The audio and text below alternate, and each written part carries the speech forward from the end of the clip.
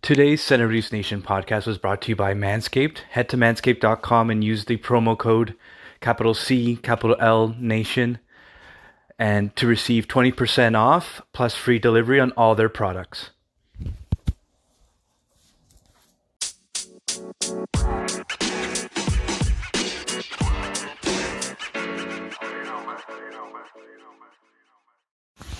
Welcome to this podcast of Seven Nation. This is Pat LaRusso. I'll soon be joined by Anthony Sino. We'll have on our podcast today the hosts of the Squid and Ultimately Fan podcast, Rick Vaive and Mike Wilson. We will be discussing their books, the Leafs off-season, and so much more.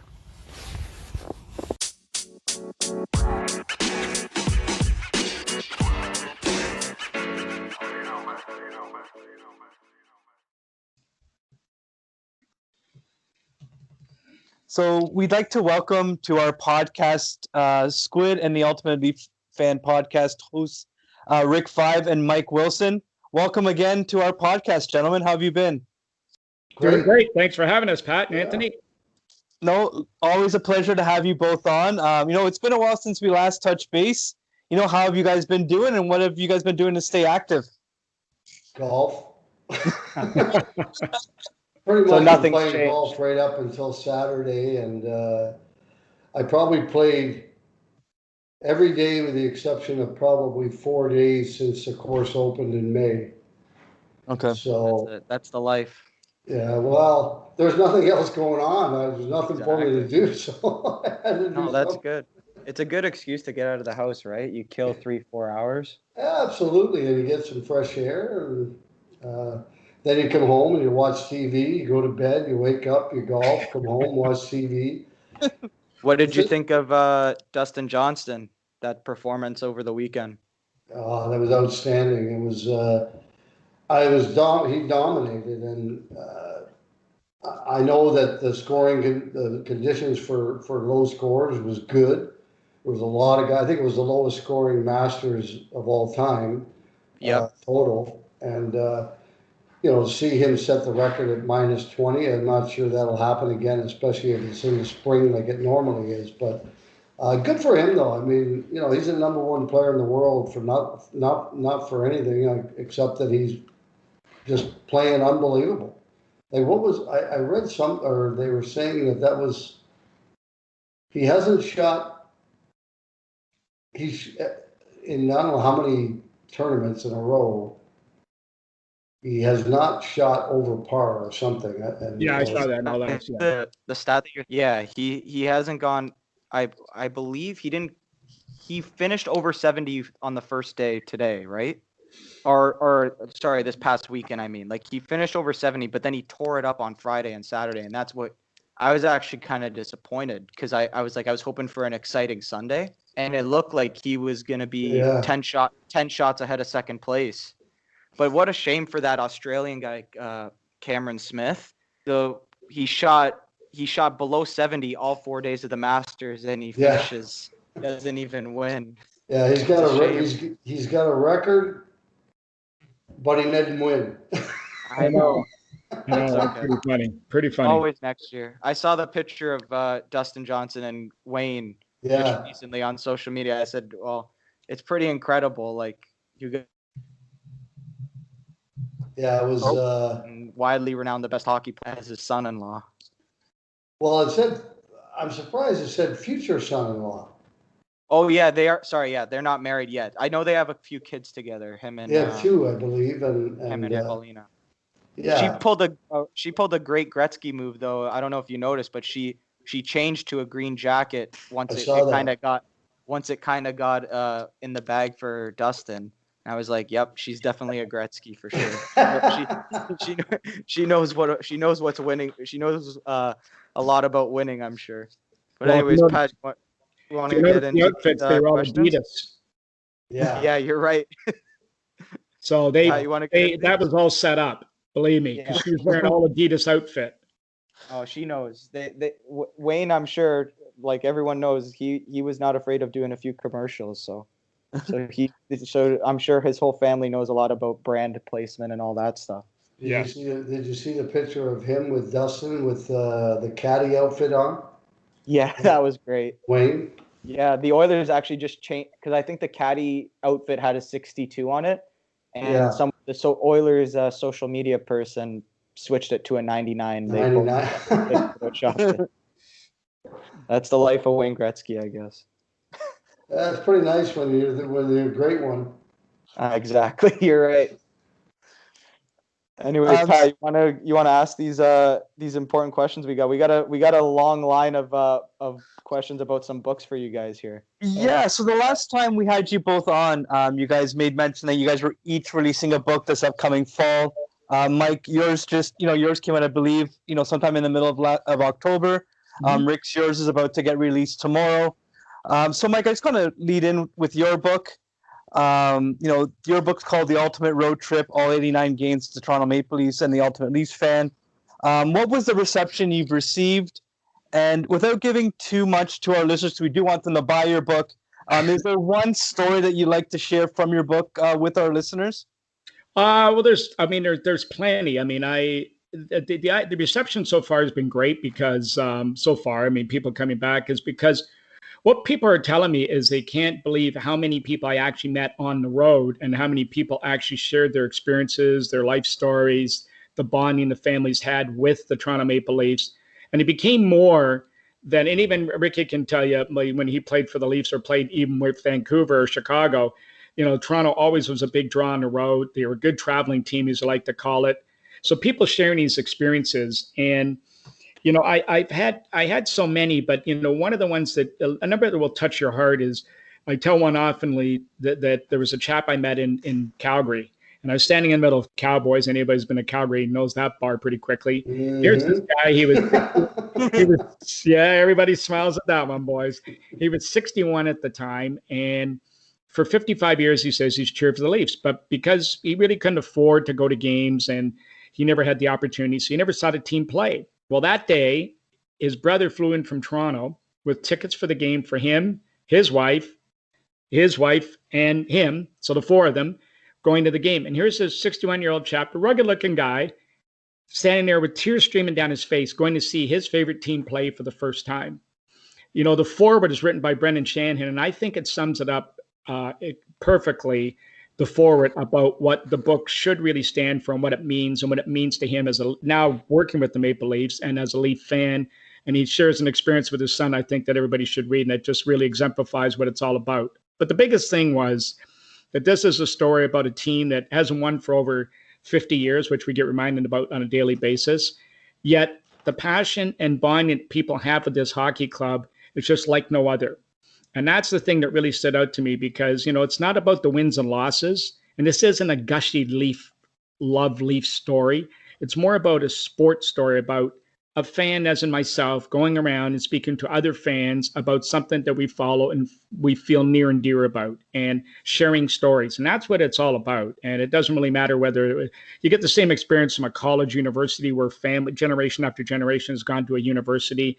It's similar things in this way, which started back in the 30s with Foster Hewitt, broadcasting the games across the country, and it's been passed down now from generation to generation. And those are the stories that were shared with me throughout all my journey, and that hopefully comes through loud and clear throughout the book. Excellent. And now for yourself, Rick, your book, Catch-22, My Battles in Hockey and Life, will be going on sale as of November 17th. This podcast is going live on the 24th. How does the release of your book, with all those intimate stories of all your ups and downs, compare to any nerves that you must have experienced as a player? And are those two experiences similar? Are there any parallels from releasing your book and kind of that anxiety and maybe how you felt as a player, or is it just completely two separate monsters? You know what? I've never been asked that question before. That's a very interesting one because there is a little bit of correlation there. I mean, there's anxiousness and nervousness before a game for the most part. And now that the book is finally, it's done, it took a long time for it to come out. And the release date is tomorrow. And yes, I am a little excited, but at the same time, a little bit nervous. And I want to see everything go well, and I've got about, I don't know how many press things I got to do the rest of this week, but which is fine. But yeah, it's a little bit nervous with the release, and wondering what people are going to think about it. And so far, I've done a few things where people that have read it from the media that asked me questions, and they all said that they really enjoyed it because it was real and it was authentic, and it wasn't sugar-coated, and that's what I wanted. I didn't want to write a book until I was ready to, and that was the first part. I would only have written it with Scotty Morrison. He's the only guy that I would have trusted. But when I was going to do it, it was going to be the truth, and it wasn't going to be sugar-coated, and it wasn't. And the big thing is, I wanted this book, it's not just because of that, but I think most hockey fans that watch me play, or Leaf fans and so on, or fans of anybody for that matter in any of the major sports, when you're, one of the better players in the league or on your team or whatever, they all just kind of look at it as, oh, what a lucky guy, he had a great life, and now he's a millionaire and all this kind of stuff. Well, you know what? There's not too many people in the world that have perfect lives from start to finish. And, that's what this book is all about. It's, I came up with the title because I thought it was a great one, because I realized that throughout my life and throughout my hockey career, I was caught in a lot of catch-22 situations where you do one thing, but there's an effect coming in the other direction. So that was the reason for the name of the book. And there are a lot of those situations throughout the entire book that I find myself in. And the biggest thing was that I was honest about everything, and I'm not worried about it. It's I think people can relate to it. Everybody has challenges, and some people overcome those challenges, some people don't.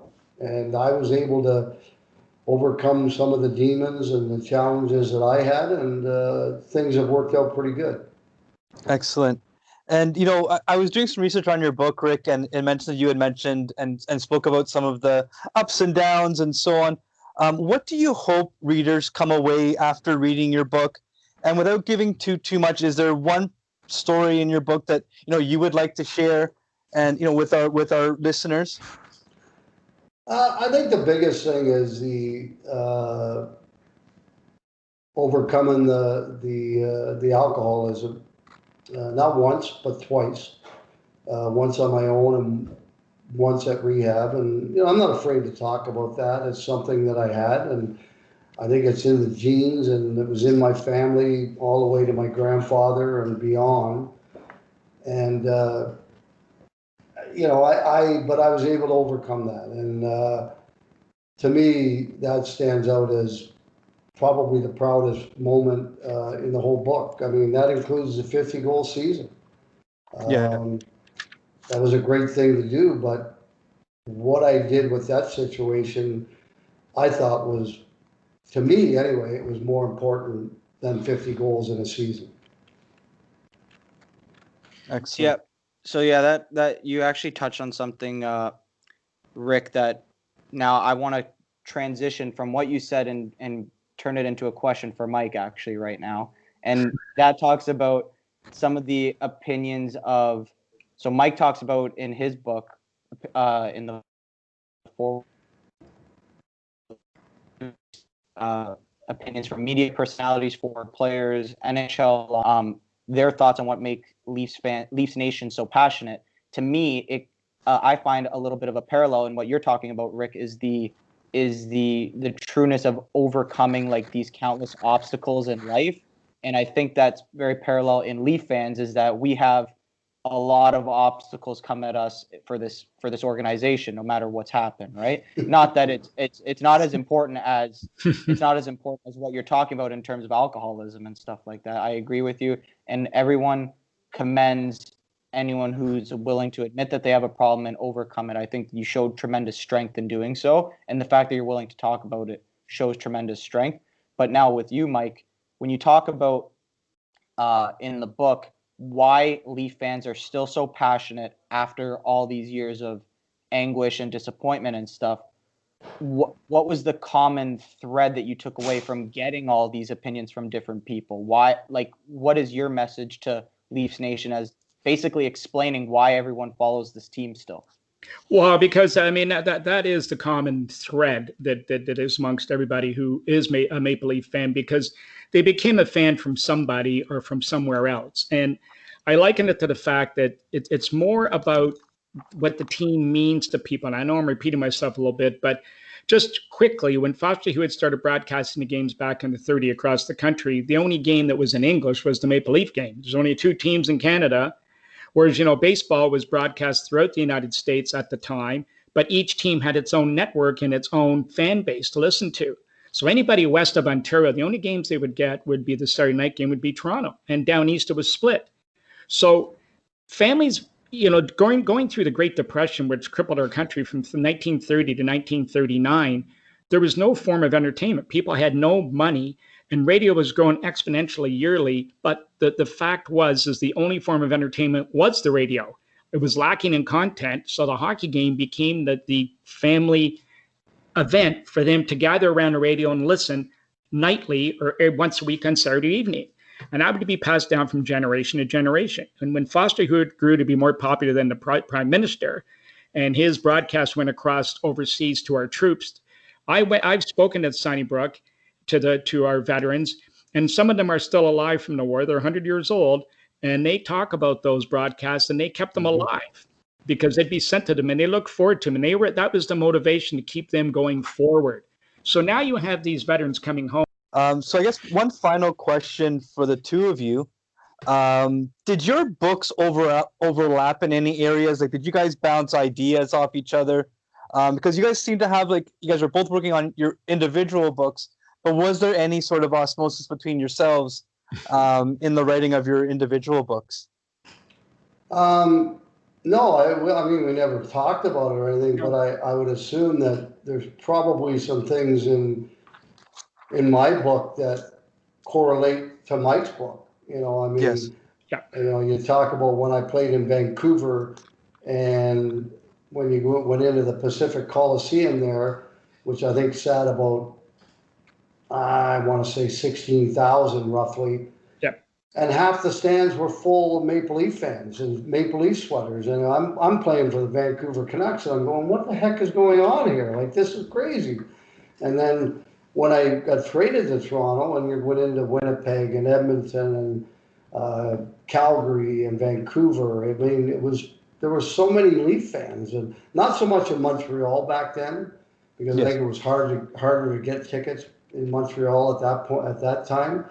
But all the other buildings, there was a third or more of the stadium of the rink was filled with Leaf fans, and that was kind of great. Well, it was great for us because it felt almost like a home game.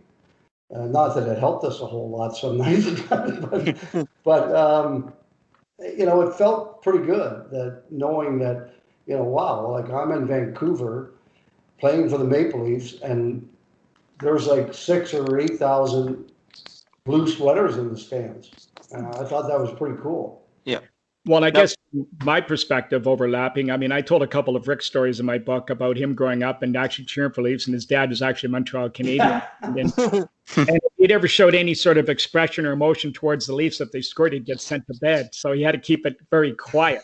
But, and we crossed paths a couple of times, and I shared some stories with him as we went along about what I was experiencing. But, the whole idea is just that every rink, I knew it was big just from being involved with the charity stuff and what we were doing, and people were reaching out to me a lot. And this was sort of, it would inspire me to move forward and do this, but I had no idea what I was experiencing. And the biggest thing I can stress to your listeners is the fact that if you're a Leaf fan, yes, please try and do something along these lines. I get people tell me all the time, how did you do it? It's so expensive and it's all this kind of stuff. I always tell these guys, well, they're 24 years old. I was 64 when I did it. So you got 40 years. So save $1,000 a year. Don't go drinking one night every 2 weeks or something and put the money away. And guess what? You can do it. But I think every fan should experience at least once going to another rink, going to a couple other rinks, and just seeing what that's all about. Like you walk into a place like Columbus and the pregame warm-up, the horseshoe around the Leaf end is 15 rows deep of Leaf fans. Now, I wasn't expecting that when I saw that the first time. And that just blows you away. And then it all of a sudden becomes the norm. You go to California and you see that in every rink there also, and everywhere you go. And they have these pockets of Leaf fans throughout the league where people are expats transplanted there. But I ran into so many people that were trying to see every rink the Leafs played in. They were trying to they picked a different location every year to go and visit with some buddies. All things like this. So many people are doing these type of journeys. I encourage people, if they take anything away from this book at all, is to do that. I encourage you to do it because it's well worth it. And never mind the win or the loss. It's just the whole experience of what you gather as a fan going into the building with fans like yourselves. Well, I'll leave one last story with you. A guy told me I met in Carolina, and they tailgate there, so it's a lot of fun. He went there in 2002 when they were in the playoffs, and he pulled into the gate, and the guy said to him, "Oh, you want to go to the left? The parking lot there will all be Leaf guys for you. You'll be happy there." So in he goes, and he turns to the left, and he looks, and the whole parking lot is filled with Maple Leaf fans, blue and white. And he said he had to stop and take a look. He'd never seen anything like it. The whole parking lot was barbecuing and getting ready for the game. He lives there now full time, not because of that, but that was a good part of the story. But still, that's the type of thing you get from people, and people share these experiences with you. Yeah, I think if I can add on top of this question for you both, because I want to get both your opinions on it from a lifelong Leaf fans perspective and a player's, is in my opinion, and maybe I'll shoot to you first, Mike, on this one, is to me, when I see all these Leaf fans at the away games, it just speaks to the long storied history of the team and how, like you said, it gets passed through generations. So a lot of grandfathers and great grandfathers were fans of the Leafs in the mid to early 1900s, and that gets passed through generation for generation.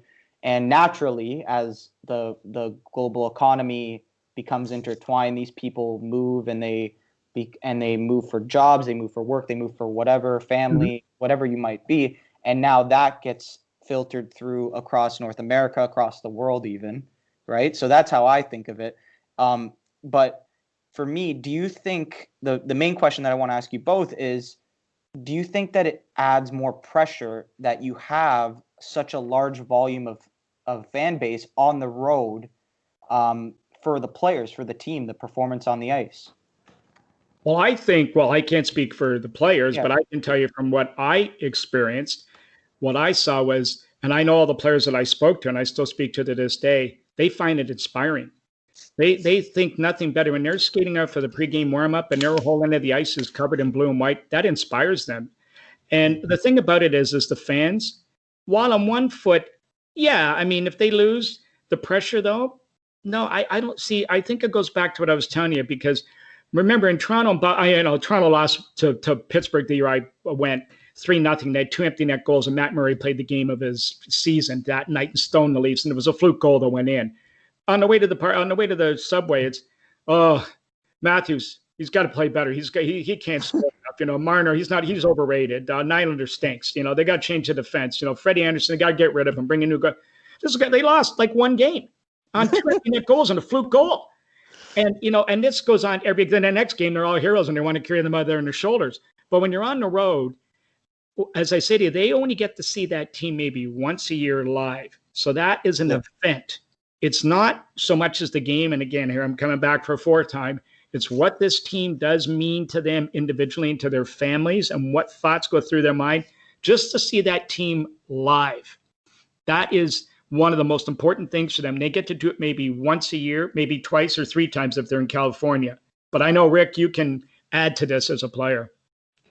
Yeah, I mean, I don't know if they're – I felt more comfortable going into buildings when there was – now, when I played, there was only LA and California. There was no Florida teams. There was no Nashville, no Arizona, no – all the good spots. Yeah, exactly. And, But you know, and I got the privilege of playing in all the original six buildings. Played in Detroit in the Olympia. Got to play in the Montreal Forum. Madison Square Gardens wasn't the original, but the second generation. Mm-hmm. And of course, all the other ones in the Chicago Stadium and Boston Gardens. And, you know, so I mean, for me, it was a little bit different. I played in all those buildings. Now they all have new buildings, but similar to that, I became a diehard Red Sox fan when I was young. And by the way, my father's from Gatineau. That's why he was a Habs fan. And I had to be careful. I just had to pretend that I was a Habs fan when I was watching the game with him. And if the Leafs won, I had to pretend I was disappointed, and I'd head upstairs, and then I'd get in the room and go, yeah. You know? But similarly, I was a Red Sox fan because we got a lot of New England channels in the Maritimes, and I watched all the Red Sox games. I got to Fenway Park 2 summers in a row when I was in my late teens. And one of the goals I had was I said to myself, I'd love to go to every ballpark. Because back then the ballparks were different, like Detroit. Yeah. You know, remember those posts that came up from the home run fence and everything else? And I always said to myself, boy, I'd love to go to all those parks and watch one game in each one of those parks. But now they're pretty much all the same. They're just big, cavernous ballparks with some have roofs, some of them open, some of them don't. And it's kind of different now. When they had those old buildings that had character, and they were in Detroit, like I say, that was an iconic building that was there for so long. And my goal was to go around and watch a game in each one of those parks. I never got to do it, but now you look at all the ballparks and they're generic, same as the rinks. To be quite honest with you, most of the rinks in the NHL. They all look the same. Yeah. You know, Now, I guess before we move on to the next topic of this interview, I just want to share my own personal experience. I remember late 90s, early 2000s, making a trip to the Montreal Forum with my uncle. And I would never have believed it, but essentially watching the Montreal Forum essentially be slashed down the middle, half Habs fans, half Leaf fans, and the chants back and forth.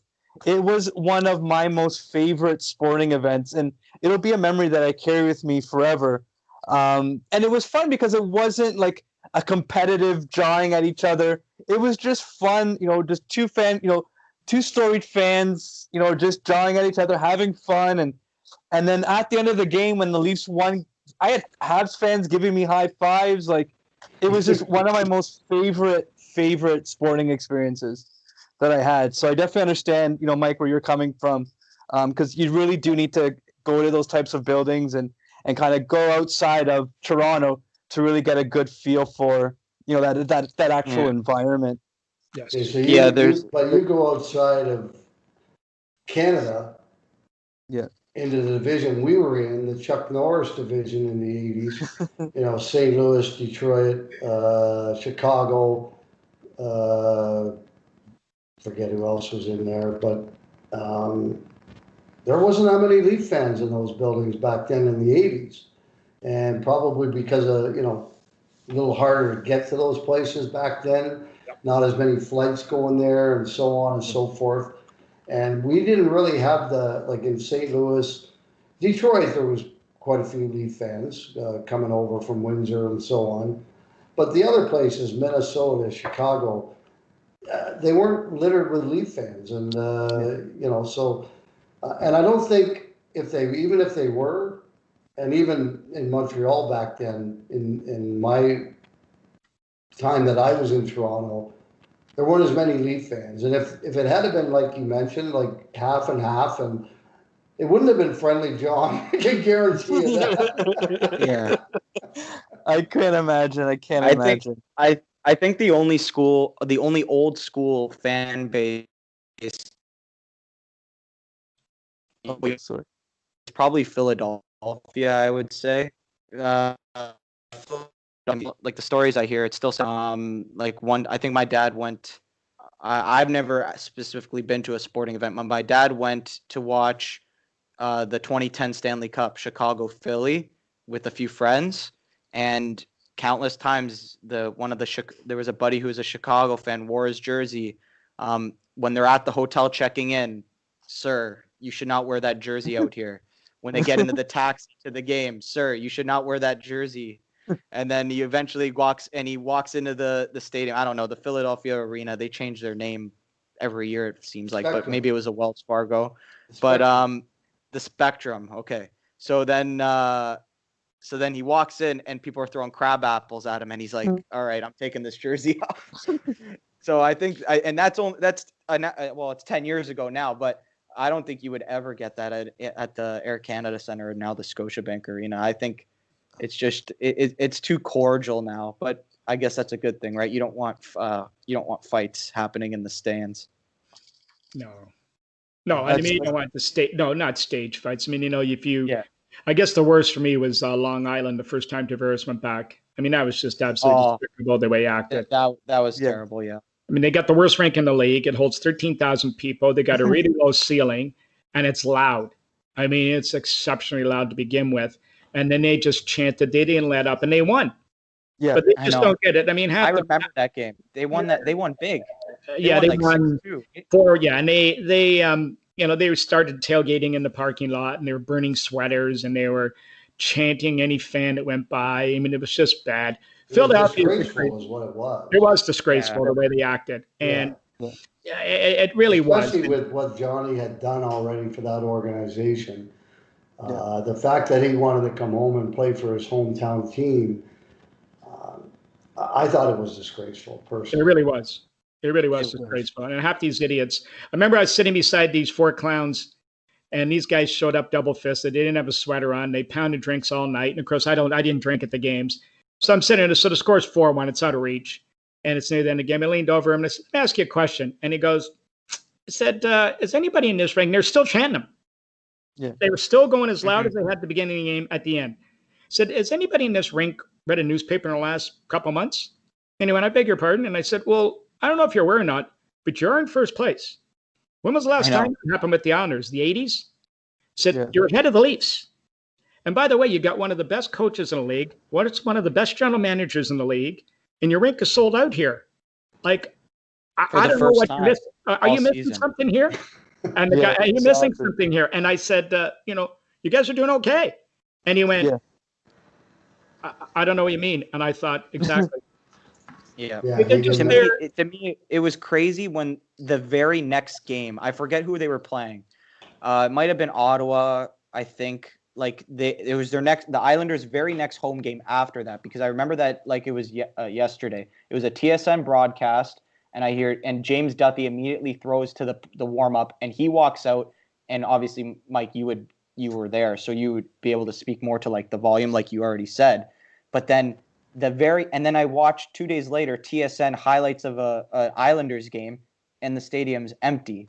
So it was so clear that it was just like a meaningless, vindictive beef that they had, and I didn't get it, because like if someone, you want to show like respect to a storied player, one of the best players to play for your franchise, like I don't know, maybe it's a reach, but like someone like Matthew Barzal, who's up for a contract now, a tremendous player, one of the smoothest skaters I've ever seen play in the league, you're looking at that and saying like, wow, this is how they treated John after he left. Like, maybe what are they going to do if I ever think of doing that or something like that? You know what I mean? It didn't show well on the fan base at all, especially for the reason you're saying, Mike, is that they were doing well and they still did well. They had a great playoff this year. You got to remember the other thing too is like they're Long Island. Okay. So where Nassau Coliseum is, Rick and those, there's the Marriott Hotel, and that's it. It is barren. There's nothing around it. I'll tell you what, it makes Canada and Ottawa look like Midtown Manhattan. Okay, so here they are in Long Island. You've got the New York teams, which are they play second fiddle to. New Jersey, which plays second fiddle to nobody.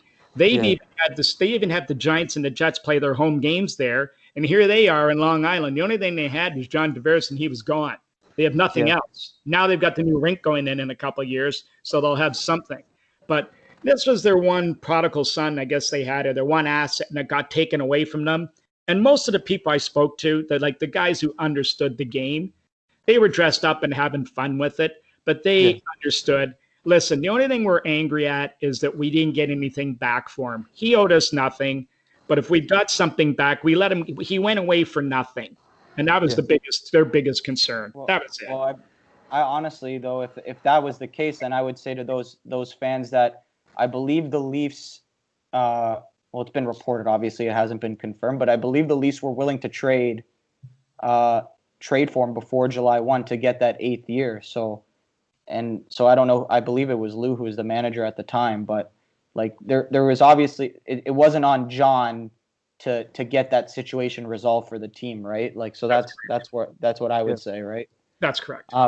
But yeah. Anyways, Pat, do we want to move on to move on to the next. Yeah, most definitely. So, you know what, gentlemen, when we last spoke, we spoke about your podcast. You mentioned you guys had some really cool guests lined up. The last time I checked, you guys had the likes of Ali Afridi, Wendell Clark. Mike, you most recently interviewed Austin Matthews, just to name a few of your guests.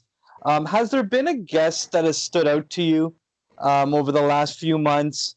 And if so, why?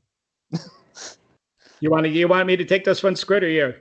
Well, we can both we'll both. something. Yeah, let's hear both. I mean, for me, I think it was the first and second ones that we did before the pandemic kind of put a halt on things for quite some time, and that was Bill Lego and Jim McKenney.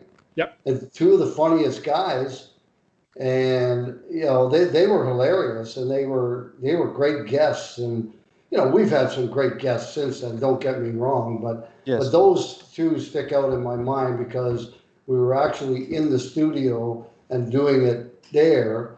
And of course, Billy being my centerman for half of those 350-goal seasons and one of my best friends. And Jim McKenney I've known for many, many years, and he was hilarious. Like he was funny as hell, as he usually is. And so those two kind of stick out in my mind because they were the first two, got us off the ground, got great ratings from both of them, and that kind of got us going. Well, yeah, I mean, I would go with that. But I mean, also on the same note, every guest we've had has contributed something. Yeah. And it just shows you, because I think the thing we're trying to bring out of this is the fact that hockey players, as Rick has alluded to with his book, is that they do have normal lives like everybody else. They have normal thoughts. They have normal urges, teams they cheer for, and they have faults and all these type of things, and they have insecurities, all the things that we have in everyday life doing our jobs. And what we're trying to get out of these guys is they're sharing some of these experience and these feelings that they've had. And you get these guys, they're just unhinged, they're unfiltered, they trust us, that we're not going to, lay them out and take them down the road they don't want to go back down. And you get guys like Johnny or Jeremy Roenick, or you get Dave Hansen. I mean, these guys, some of the stories they tell you about playing in the minors and, pranking guys. And if you haven't heard the Roenick interview, you got to listen to that one, listen to the Michael Jordan story alone. I mean, it's just one of the most classic stories of all time. But all the, and that wasn't in the series, Last Dance. No, they went, that story wasn't in there. No, because he lost. Yeah, exactly. Roenick beat him in golf for money. Yeah. I think the story is pretty good. I have heard tidbits of that story, but I'll have to go back and listen to it. Well, I actually wanted. He gives us the whole story. And the other one is, the other guy you got to listen to, as Rick said, is Wendell Clark. I had so many emails from people up that said they've only ever heard Wendell answer questions after a game or before a game or just quickly on a golf course. He actually sat down. He just finished cutting the grass in his backyard, and he just opened up and we had a conversation like we were just talking hockey, like three guys sitting around a bar having a beer, except Rick could be drinking ginger ale. But besides that, he just opened up and told us a bunch of stories about coming into Toronto and some real deep feelings, talking about the Leafs and talking about the team. And most of the guys, and Iafridi's another guy. I mean, they're, if you haven't listened to that one, I mean, here's a kid that came in, a 5-tool star player for sure, that came in too soon, was mishandled by management and coaching. And he would have been a lot better player going back to junior, and he's the first guy to admit it. But, but the biggest thing is, like most hockey players, they hold no grudges. Everything is forgotten once they leave the rink. And that comes through loud and clear from the guys, and it's why hockey players are the best. So actually, that you we may have lost Anthony. the best thing. Oh. Nope, you're sorry. Can you guys hear me? Yeah, he's recovered. Sorry. Yeah, I'm back. Sorry about that. So my question to you is, one of my personal favorite guests that you guys have had on is Bruce Boudreau. Well, Gabby's best. Yes. Yeah. So I'm a huge fan of Boudreau. He's just a media, like he's just made for an interview, like, and just like a clickbait thing. Like he's always got a good quote. And Rick, I believe you actually played with him, right? He was your teammate in Toronto for a couple of years, was he not? Yeah, he was. So I want to ask you, because this always intrigues me of players that go on to become coaches. Was there anything that you noticed about him as a teammate that you noticed and you saw a sign, maybe you're just like, wow, this guy's going to be one of the most winningest coaches in the NHL? I think, like, I was looking it up earlier today, third all time in points percentage for coaches that have coached more than 400 games. He's 22nd all time in coach wins for coaches, no matter. So he's in pretty elite company. Well, I can assure you that there's nothing I saw that would lead me to believe that he would be an NHL coach. I can honestly Gabby was fun. He was funny. He was mostly in the minors when I was there, don't forget, and called up and played 10 games, get sent back down. Things were a lot different back then, that if anybody got hurt, whether he was your tough guy or your third or fourth line guy, they called up the best guy from your minor league team instead of filling in with a similar type player, which is what they do nowadays. Mm-hmm. And so Gabby would be there, and he wouldn't play with the best players, wouldn't get the opportunity to play a ton, but he did pretty good. But it was 9 or 10 games, and then Gabby would kind of get a little bit, I don't even know how to put it, well, he'd start partying a little bit. Complacent, maybe a little. Complacent. That's a perfect word, is complacent. And then the next thing you know, he'd be sent back to the minors. And, but now that I've seen him coach and I've watched him coach and everything, I mean, he has become a fabulous coach. And but nothing I saw when I played with him led me to believe that this guy will be an NHL coach. I can tell you that right now. Well, one of the things about him is I know when he played with Marlies, a guy I played with the Orillia Terriers, Jeff Green, was one of his teammates. And he said when he made that team, Boudreau was a star. One of those guys was a star right from when he was like 8-10 years old, right up to junior, right up to the pros. And being the star of the team, he made the third line, fourth line guy, or the guy just hanging on up for a cup of call up. He made him feel like he was a frontline winger. And everybody in the team was made to feel like that. As a captain, he made sure they did things together as a team. They went out together. They did all these things together, and they won. And he carried that through. And here's a guy then gets to the pros. And I mean, this guy was one of the most, and Squid knows this too, I mean, one of the most prolific scorers of all time coming out of junior hockey. And he comes up and he gets stuck playing with a couple of guys that, let's put it this way, have a hard time getting down to the other end of the rink and back.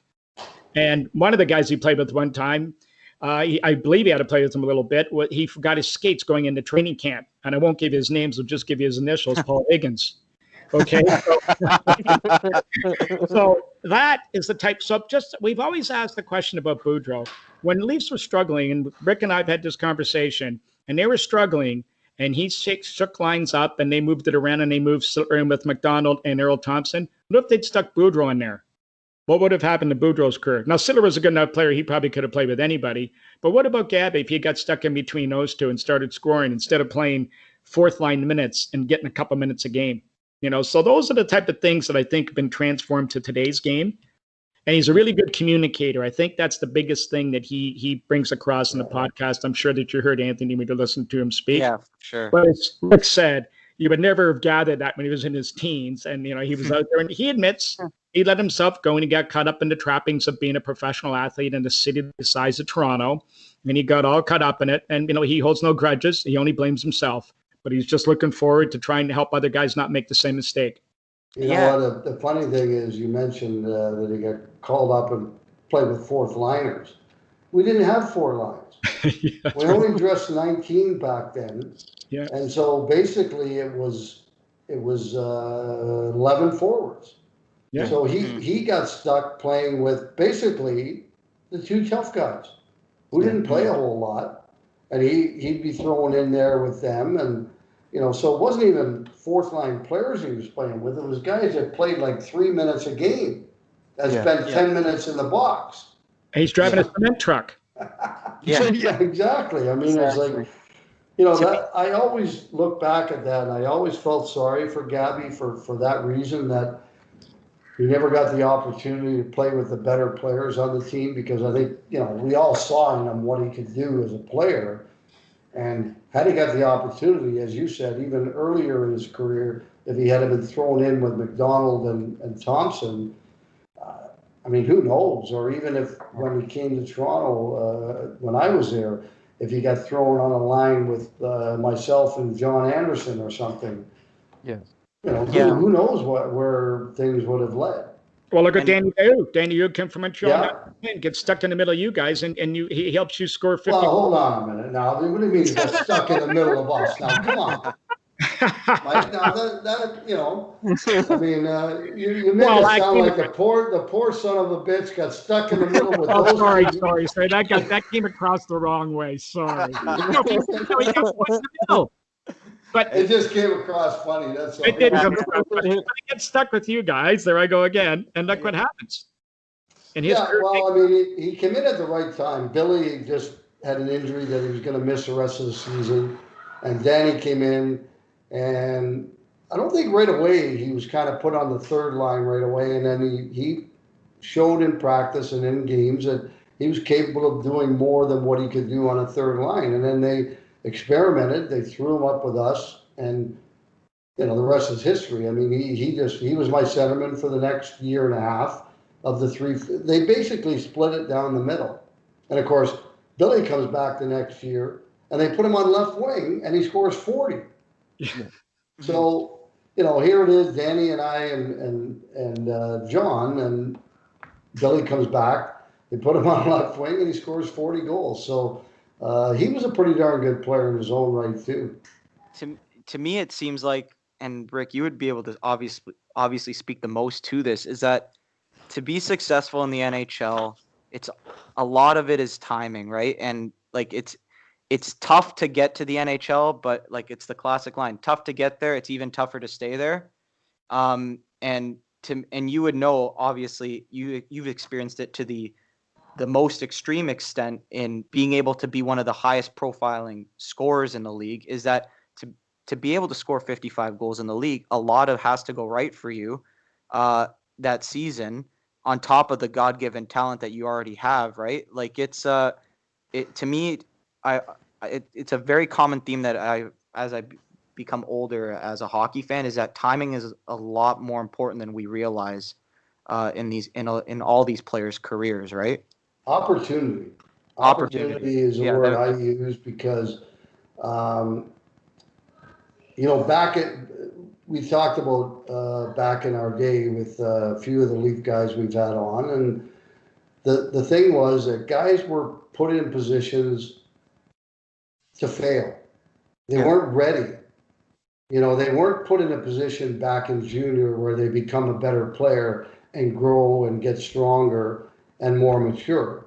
They were thrown into situations where I don't believe they were great opportunities for them, because they were putting them into positions to fail, not to succeed. And I think the key you see it more now than you did back then, but now they're very, very careful with their players. They develop them properly, and when they're ready, they put them into positions to succeed, and they give them that opportunity. Now, at the end of the day, it's up to that player to take advantage of that opportunity and stay there and make a career in the National Hockey League. You know, some guys don't get that opportunity. Some guys do. When they get that opportunity, it still is, at the end of the day, it's up to that individual player to grab onto that opportunity and take advantage of it. And you see a lot of guys that do come in, maybe they get that opportunity, but they don't take advantage of it. And the next thing you know, they're back in the minors, and then they never play in the NHL again. And, Well, I was going to say, Squid, just to that point, we've talked about this. One of the things is that these players, including Rick, from the time he's probably 6, 7 years old, he's the best player in his team. Yeah. They center everything around him. They play 2 lines. He gets all the ice, all that sort of stuff, right up till he gets to junior. He's a top pick, arrives at training camp, looks around his first dressing room, and every guy in the room has done exactly what he's done. Exactly. And every one of them's been the star. So it's the player that can separate himself from that group and take it to the next level, because it's shock value when they arrive and they see these guys, because they have all of a sudden, for the first time in their lives, they have to make a team. The team isn't built around them. Mm-hmm. And it's the guys who are able to separate themselves. But as Rick says, opportunity also plays big into that. 2 recent examples with the Leafs I can give you that I think that sum it up pretty well are Nazem Kadri and Tyler Bozak. Both players were playing with Marlies at the time, and both players were not playing well. I went and watched Kadri play, and if I didn't know who he was, I wouldn't have been able to pick him out in the ice. He was that bad playing for Marlies. And Bozak was not playing well. And Bozak got an opportunity to come up because the Leafs were short, and it was a bit of a desperation move. And look where they played him with. And and they tried to take him off that line with Kessel all the time he was here, but Kessel couldn't play with anybody else. He was the one got it seemed to click with them. And he got the opportunity, jumped all over it. And talk about who was the worst player Kadri played with when he came to the Leafs? Like Joffrey Lupul? Who was the top? He was put in a position, as Rick said, not fail. He's put in a position to succeed. And they, to their credit, took full advantage of it. Some guys don't. Yeah. But they did. And those are 2 examples that I see of that. And you can go back at the defensemen are the same way. So you can pick defensemen that have done the same. These stories go through all the National Hockey League. Yeah. But I think it's about opportunity and seizing the moment. Yeah. And it's funny because you bring that up, and, in Vancouver, I didn't get the opportunity. I played like 3rd, 4th line, and then eventually ended up in the press box. And then when the trade came and the trade happened, and Billy was in the same situation as I was, and we get to Toronto, and Punch calls us in, and he says, "Listen, you guys are going to play a ton. You're going to get an opportunity to do the best that you can in this organization. Just keep your nose clean, go out and give 100% of what you have." Yeah. And sure enough, we did get that opportunity. And we played a lot, and we played together. And John Anderson on our left side was a good compliment to Billy and I. And we got that opportunity, and we took advantage of it. We seized it, and things worked out pretty darn good. So, again, it's all about opportunity. It's when I think of, I'll give you a real good example. I know it's kind of far-fetched, but my son went to the U.S. development program, and he was born in Buffalo. He's a dual citizen, and he played mostly in the American League and a little bit in the East Coast League. And then he signs a contract with the Islanders on a 2-way. And he played in Bridgeport, and he doesn't get called up all year. I hear from sources that I've talked to that the Leafs tried to trade for him twice, but the Islanders would not trade him, and but they didn't call him up all season. That was the year before they signed Matt Martin as a free agent. My son's 6'6", 245 pounds, left winger, pretty good player, but pretty goddamn tough too. So my thinking is, if he gets traded to Toronto, he's going to get an opportunity to play on that 4th line and see what he can do. Who knows what could have happened? There's what I'm talking about, is if that trade happens, he gets that opportunity more than likely with Mike Babcock to play on that 4th line. Maybe they don't sign Matt Martin the next year, and maybe he stays there for 3 or 4 or 5 years. Who knows? Yeah. But it didn't happen. So, it's all about, the moment and the opportunity that you get. And now he's still doing well. He's playing in Cincinnati in the ECHL as a player assistant coach and enjoying it, having fun. And, he's not whining about it or anything. He's going on with his life. But, I can't help thinking about that possibility had it happened, and but it didn't. So you can't think about it that much. Well, one step further on that story is Brian Burke drafted him in Anaheim. Yeah, Justin. Yep.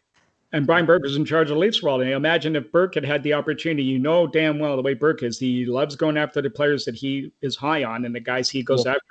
Who knows if he'd brought him in too. So again, all about opportunity and timing. And that's the story of a lot of guys' lives in the National Hockey League. Well, in any league.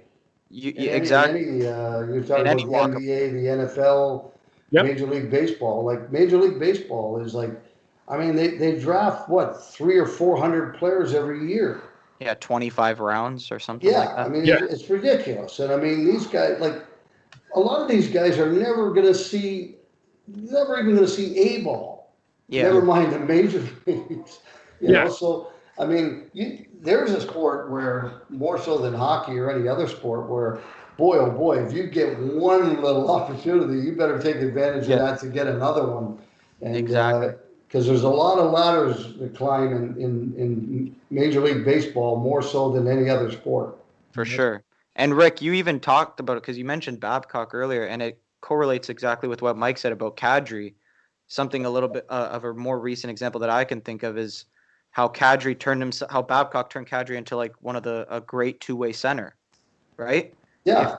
That's someone who got an opportunity from a Hall of Fame coach who said, I'm going to take you under my wing and I'm going to add this element of your game to make you that more effective and be like a bona fide top six center, right? Because the story about Kadri before was kind of doesn't like to play the other side of the puck, and he's and you know that you've heard the stories, I'm sure, right? He's not interested in playing on the behind the puck, all those things. And then Babcock comes in and he basically just I remember that season throws Kadri, gave him all the hard matchups. He went against McDavid, McKinnon, Crosby, and Nazem even said, like, I relish that opportunity now. And he seems to be doing quite well in Colorado now. And it just, again, speaks to what you guys are saying with regards to getting an opportunity from a coach who believes in you and makes your career, basically. Yeah, right? That was kind of a long process, you know. For sure. I mean, you know, with the Marlies, as you said, Mike, he didn't play very well. Nope. And there was a lot of question marks about whether he was going to play in Toronto and be what he was supposed to be and where he was drafted. What was he, sixth overall? Yeah, six or seventh, I believe. Yeah, something like that. But anyway, a high pick. Yeah, and, for sure, top 10 pick. You know, there was a heck of a lot of talk about, you know, whether or not he was going to be able to you know, stay up to that. And but he developed. You're right. He developed himself into one of the best two-way centermen probably in the league. And then, you know, then he goes to Colorado and takes off from there too. So, you know, he's taken advantage of those opportunities that were given to him now in the last 3-4 years, and he's made them into one heck of a career for himself. So, you know, that's when you say that player deserves a lot of credit for what he's done, because he took advantage of an opportunity that was given to him. Most definitely. You know what? We can't let both of you guys go just yet. We do have a couple final questions. Seeing that we are a Leafs podcast, we do want to ask you guys just your thoughts on, you know, some of the moves Kyle Dubas and management made this past off season, and, you know, how does that impact the real possibility now that the Leafs might be playing in an all-Canadian division, and kind of get your feel for where they might stand if it is an all-Canadian division, and where would you rank them, you know, 1 through 7? Oh boy. Mike, you want to go first? A little bit of a loaded question. Maybe. No, I pretty much have my answer. But. Yeah. Okay. No, the All Canadian division excites me. I think that's going to be great. That's probably the only option they have, especially after the whole country basically going red again. But the moves they made in the offseason, they really didn't have much other choice because they didn't have any room to do anything else. Look at what Las Vegas is. I just want Leaf fans to pay attention to what Las Vegas did to sign Pietrangelo. Now, them doing that, they gave away an a top 4 defenseman, a number 2 center, and they barely have a number 1 center to begin with, and they give away a number 2, gave them away to make room for a guy who, to me, looks like he was almost making a sideways move. Now, maybe there's all other things may factor into it with his wife. Maybe he wants a change of landscape, all that kind of stuff. But he better win him a Stanley Cup, and not because that would be the Toronto Maple Leafs giving away one of their top 4 guys and maybe one of their best defensemen. That'd be like giving away, not quite Nylander, but maybe giving away, say, Alex Kerfoot and giving away Morgan Riley to make room for him. So I hope people pay attention to that. But the biggest thing the Leafs have had to do, the smartest move he made was moving Kapanen so fast because he was first to the mark. He got overpaid for Kapanen based on what he was producing, even though he does have he's one of those guys that has lots of abilities, been given all kinds of opportunity, has not seized the moment yet. All tools, no toolbox kind of person. Well, look where he's going to be playing already. He's going to be playing with 87. So, I mean, you can't get any better than that. So I think that move right there set the bar. It loosened up some change for the Leafs to make further moves. And then the rest of it just kind of fell into place. But the kicker is, the key to this whole thing is that third line. And the third line is going to be if it's Barbanoff or it's Vesey and Robertson the other side. That's the key. You got to replace 40 goals that you're giving up with Kapanen and Johnson. They have to pick it up. The fourth line, you know what you're getting. You can move those guys in and out. They didn't cost you anything. $700,000 across the board, except Simmons cost 1.4 or 5 or whatever it costs. So you're taking a chance. I mean, Thornton didn't score a goal in 29 games last year. This is Simmons' third team in 4 years. Spezzy, you know what you're getting with him. Again, another year on the body. How many minutes you're going to get out of those guys. But they bring leadership. They don't cost you anything because it's just money. On the defense, the top 3 are basically set. And then you've got 4 or 5 guys fighting for that 4th spot. And Lettinen could be the ace in the hole there because he's playing really well. Yeah, for sure. He's one of the elite guys. He's one of the elite scoring defensemen. So if he steps up and fills that void, then 5 and 6 could be Bogosian and Dermott. And then you've also got Hall there. Marinson's on the outside. You got the 2 Swedish kids, Sandin and Liljegren. So you got lots to choose from back. Don't forget about TJ Brody. Well, I said the top 3 are him, the top 3 are. Okay. Sorry, yeah. So it's from 4 to 6 that you got to worry about. But you got about 5 guys chasing those spots and 5 guys. Yeah. So to me, healthy competition. That's one good thing Dubas has been able to do is build up depth in the organization with the Marlies. And that's where it starts. And that's how you win championships. As far as how they get. So I think that's the key. And what they have to do is they got to play both ends of the rink. And that's everybody says that. But until they commit to play in their own end, like they do in the other end, I don't care. You could have Freddie Anderson and you could have Jacques Plante in that, both of them at the same time. And that's not going to make a world of difference. Well, it might, but it won't make much difference otherwise. So those are the things people are going to have to be patient with. And there's going to be a lot of hoping. But I think the key is the third line and how that third line operates, because the rest of it, you're getting. But other than that, as far as the Canadian division goes, it's really, really going to be tough. Every team has improved across the board. As I said, Vancouver got a gift with Schmidt. Calgary's better. Edmonton's better. The Winnipeg, they got decimated last year in defense. They look to be not quite as the others moving up the ladder with improvement. Montreal has improved a lot. I still think Winnipeg has the best goalie in the country, though. Maybe. But again, if you don't have the guys playing in front of them, it's not going to matter a lot, Yeah, and exactly. You're right. Ottawa, I think, is maybe the team to look out for, because they're going to have a lot of guys in there playing with they're playing for nothing. Like they're playing on the league's dime, basically. Right. So those are the worst teams to play. That's like Toronto the first year when they came in 16 at bat, and they just stunned everybody by making the playoffs. That could be Ottawa this year doing that. So where do the Leafs rank? The Leafs should be at the top somewhere. I mean, there's no question with the ability they have. I mean, that's not being a Leaf homer on that call, but them and Edmonton, I would say, would probably be the top 2 teams. But Vancouver's not too far behind them. It would be my picks. Yeah, it's actually, I like what Wendell talked about. And, after listening to what he said, I started looking at the roster.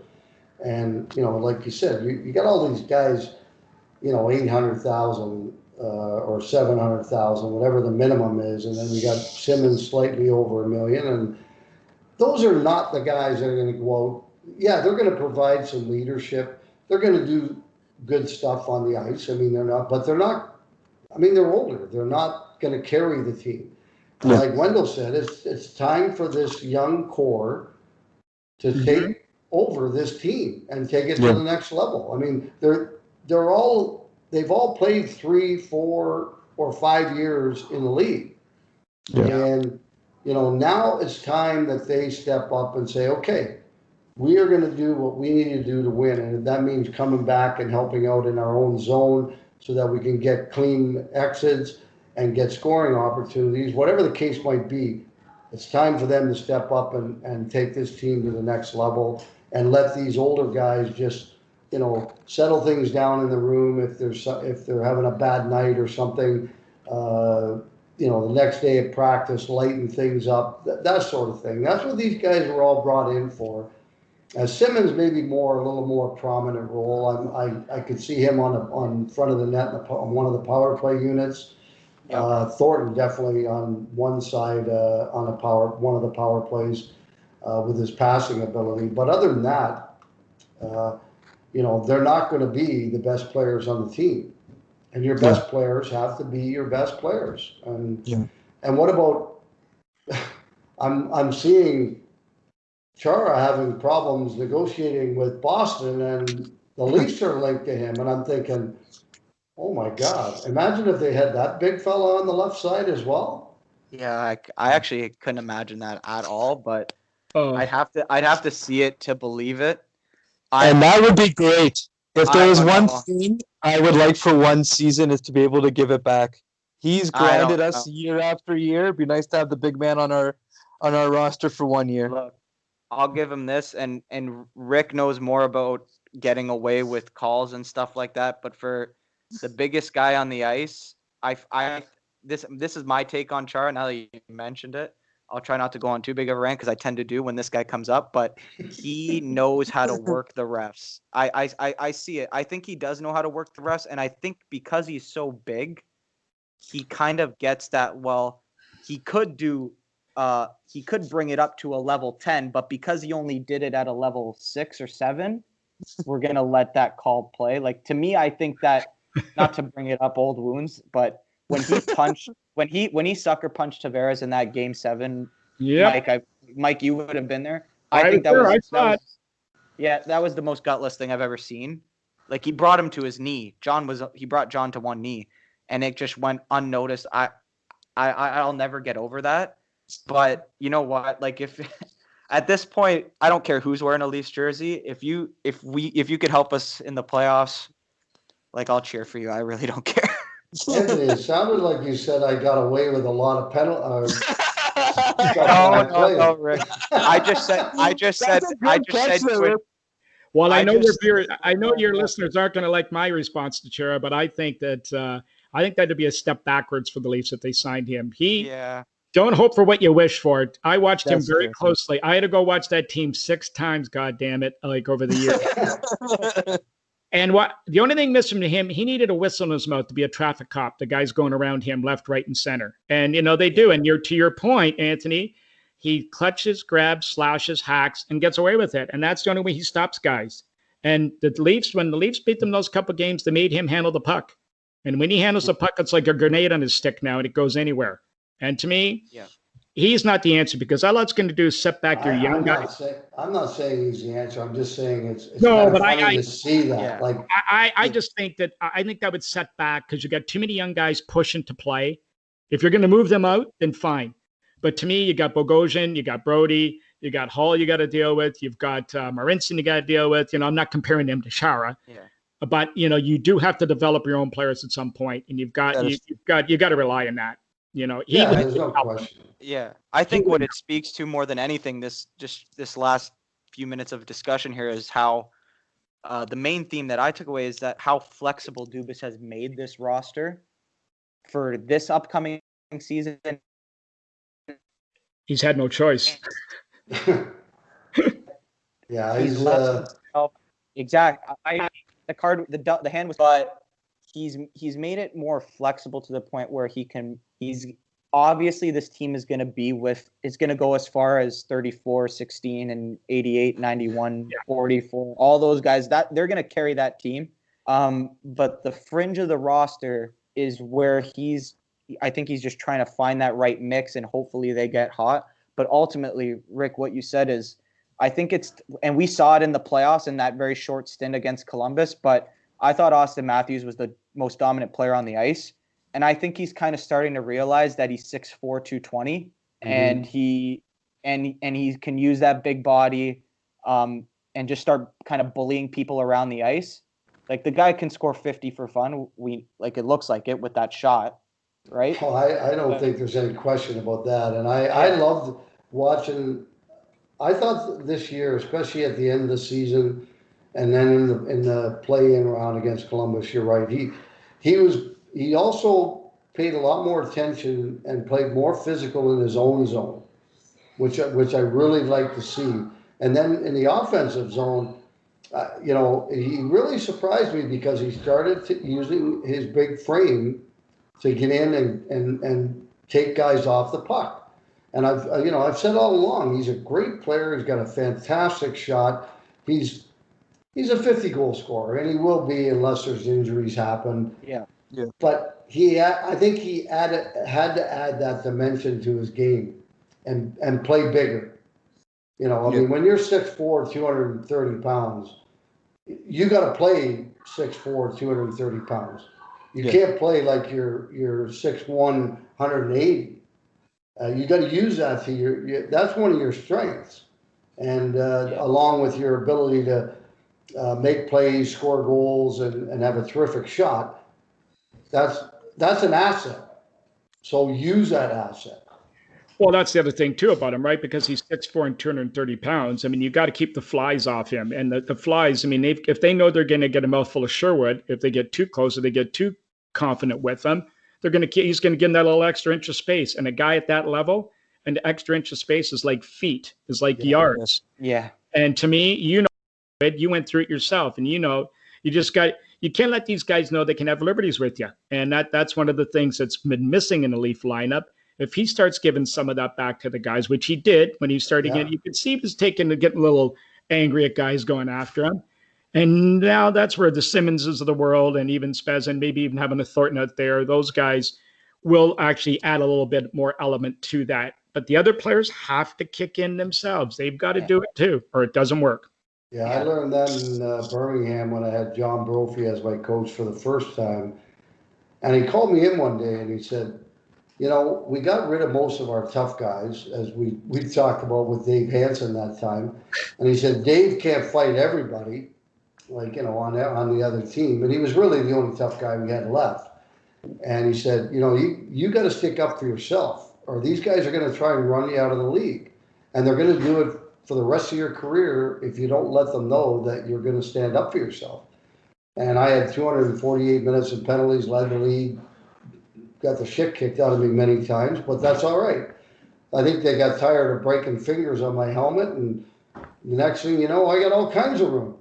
And it was the best line I ever heard was, I started playing like that, and and even my first few years in Toronto, and then Mike Nicola come in and he said and sat me down. And he said, Rick, we can't afford to have you in the penalty box like that, that much. We need you on the ice scoring goals. And it was like, oh, thank you, Mike. Thank you. I don't have to do it anymore. Well, the other story was on that with John Brophy is in the same team. I don't know if you guys have heard of Michel Goulet, quite the score in his time. So they wanted to keep the flies off him. So Brophy, apparently, Dave Hansen told his story on the podcast. He said, so he got called in. Brophy said, you got to teach him how to fight. He's going to get killed. He can score. What a wonderful player, but he's never had a fight. You got to teach him how to fight. And he had Squid fighting, and he's got to get up to that level and start doing or look after himself. So look, can you help him? All right. So he takes him in the gym. They got the speed bag and they're working on the heavy bag and stuff like that, punching. And he's, you got to punch like this. No, you got to punch like this. And he's trying to show him. So after half an hour, Dave just kind of shook his head and he says, it'll be okay, Michelle. Just you go off. So he goes back to Brophy and he says, it ain't gonna work. Just tell him to keep scoring goals. I'll keep the flies off him. There you go. So some guys get it, and some guys you can't teach. Okay. Well, he was a year younger than us too, and I don't think he ever had to do that in his junior career. So And look at the career he had in the NHL. I mean, it was outstanding. What a player! And what a great player. And he was a treat to play with, boy. I'll tell you. It was him and I and Rick Aduno were aligned, and he was a great guy to play with. That Aduno was a good player too. Oh yeah. So, but that was a great experience playing in that league. But what it did for me going to Vancouver the next year was, I thought, okay, I did pretty darn good. Everything was going to be fine. I didn't realize that perhaps the NHL was that much better than the WHA, but with all the WHA players coming into the NHL too, the better players, I came in and it was a lot better than I expected it was going to be. And that's probably why I got off to a little bit of a slow start. And then, of course, Harry Neal started telling anybody that would listen that he beat me in a 5K race in training camp and all that crap, which was bullshit, by the way. And said I was out of shape and everything. And maybe it could have been in better shape, but I don't think it was in bad shape. But anyway, it all worked out. I come to Toronto and I get a glorious opportunity. I took advantage of it. Exactly. And fellas, I just wanted on this one just because it's more it's recent, and please feel free to let me know if you haven't seen it yet. But the entire league, all 31 franchises, release the reverse retro jersey. Have you guys gotten a peek at the Leafs? Yeah. Yeah. So I just want to get your thoughts on it. What you guys think of it? Do you like it? Do you not like it? Feel free to lie. I'm not crazy about it. Yeah, First of all, I don't like the plain leaf. Well, it says Maple Leafs in it, but it's blue and same as a sweater. And I had to wear those sweaters, but I do not like the ones with the white all the way down the arm, like a lot of teams went to. Philadelphia, there was several teams went to that kind of thing, and I wasn't a big fan of that. I like the simple stripes, and I like the new leaf that they have now, and it's very similar to the older one. No, I'm not a big fan. Well, I know your listeners are not going to like this answer. I'm an old school guy, and I'm an old traditionalist. For me, the original 6 teams, when the Bruins put that stupid looking bear or chimpanzee or whatever it is they had in there, that was an absolute travesty. They did something so despicable like that to that iconic franchise sweater. But the original 6 sweaters should never, ever, ever be touched. The Maple Leaf jersey is it's sacrilegious to screw with it. Keep the crest as it is. To cheapen the game by selling these offshoot sweaters, I think that's circus stuff, and that's just that's WWE stuff in my eyes to try and make. Mike, it generates some revenues that they're not going to be bringing in with not having fans in the building. That's my point. I mean, if you got to lower yourself to that to make a few bucks, you know what? You got some bigger issues. The money goes to the players' pension plan and helps players. Fine. I'll go for that. It goes to a charity and helps the players, but it ain't. It's just lining the pockets for another jersey. Why do you think they're going back to all those retro jerseys for the other teams that are coming back from the new ones? How many of these teams all have? Like 5 or 6 each? Yeah, it is crazy. I disagree with you. I didn't like it at all. I agree with you, Rick, in terms of the white stripe. I just think it's like it just doesn't fit, in my opinion, with the Leafs logo. I said if they were gonna go anywhere, if they were gonna go to any jersey, and it didn't even have to go along with this reverse retro. I kind of like sometimes when the Leafs had that third jersey on Saturday nights. Sometimes, you know what I mean? And it's that early 2000s white alternate. If you guys can envision the one that I'm talking about, it's got like blue shoulders, but then blue stripes on the at the elbow kind of one. It's like, to me, I call it the Sundin era white third jersey. Yeah, right? that's the one. Yeah, that one's really nice. That one to me, they had it in their pocket, like it was. I explain it like you had a breakaway on an open net and you missed it. You know what I mean? Like they could have done. The funny thing, Anthony, I'm not big on anything on the shoulders or the arms at all, other than I like that elbow. I like clean and simple because I think it's classy, And you know, if you look back to when the Leafs were winning Stanley Cups, that's what their uniforms were. They were simple, clean, and classy. You're right. And I think that looks better to me than having either the shoulders blue or the whole arm, the stripe down the arm. Keep it clean. Keep it looking really sharp. Yeah, and I think that's what makes Chicago's jersey so iconic, right? Like the simpleness of their jersey. And actually, Mike, last time you guys were on the podcast, you explained how much detail Shanahan went into designing the new logo back in 16-17, I believe it was. When they started that. Like, to me, I just think they missed the mark. But fortunately, let's hope it doesn't. It's not going to affect the play on the ice of the team, because I know we all are. Are they going to be wearing those? I think it's I don't know how often, Rick, to be honest with you, but I honestly think it's what you guys said. It's a very shallow idea of a cash grab, in my opinion, that the league kind of mandated. I don't know if maybe it's not the Leafs' idea and then it's spread to 31. I think it was the league's idea to say, okay, all 31 teams are going to come out with a jersey. We're going to be off the ice for whatever, how many months, right? We don't know when the next season's going to start. We need the press, we need this and that and all that stuff. And we need the money. And we need the money. More importantly, we need the money, right? And Adidas is willing to write a big check to do this, to have a part of it. Exactly. So you know they can't turn it down. So they got to. Yep, but it's bad. It doesn't mean it's a good thing, but it's Nope, but you're it's right. what it is. But I understand it.